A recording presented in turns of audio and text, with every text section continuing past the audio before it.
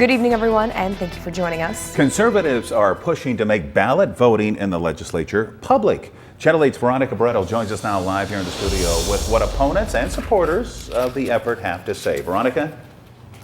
Nebraska Legislature has been a unicameral since the 1930s. Since then, legislative committee leaders have been chosen through secret ballots. Many say this builds a strong relationship to bipartisan efforts. Others are saying it is not transparent enough.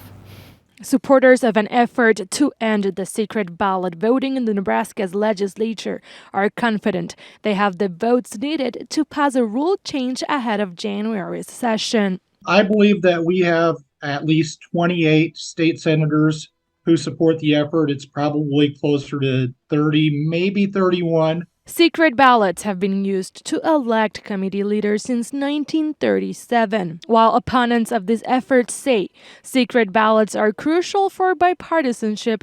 The conservative group Nebraska-First-PAC says making the votes public brings more transparency to the process.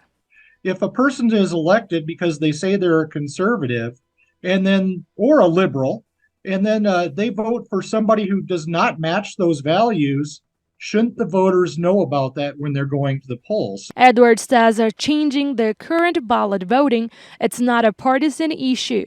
The only people who benefit from keeping these votes secret are people who have a political agenda. Edwards says one way to make a rule change is through a temporary process on day one of the legislative session. Opponents to the effort say it could take too long. There is no reason to waste time on such an important rule to the legislature. It's been there for nearly a century, and I think it will definitely take away from other priorities. The organization Nonpartisan-Nebraska says a rule change on the ballot votes will harm the nonpartisan system that Nebraska has. Political parties will be watching, the lobbyists will be watching, the governor will be watching, and they're going to have a big interest in putting certain kinds of people into these posts rather than those who are the most qualified. Leach says Nebraskans don't want the legislature to be divided like Congress. Because leadership is decentralized,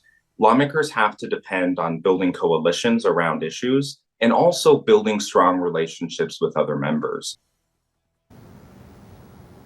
Back in 2017, lawmakers spent 2 months debating amendments to permanent rules. The next legislative session will take place in January. All right, Veronica, thank you for our top story tonight.